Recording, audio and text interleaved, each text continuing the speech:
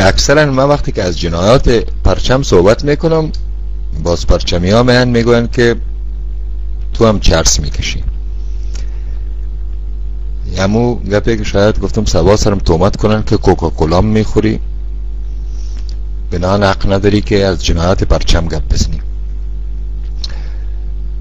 دیگه در همی باره یک طنز میخوانم. مردم ترانگو بود، پرچم به قهر گو بود. یک جانی دوس است منگل، سفیر روس است.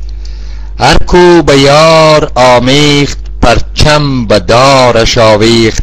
یا بابا کوی بشاش، بر گور پرچمی شاش. یا بابا کوی بشاش، بر گور پرچمی شاش.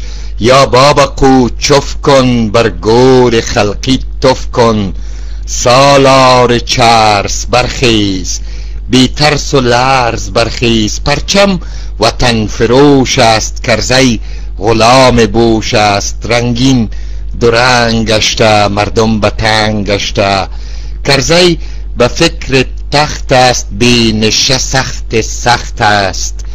چرس بکو تو ارزان، یا بابا کوی مستان. یا بابا کوی بشاش، بر گور پرچمی شاش.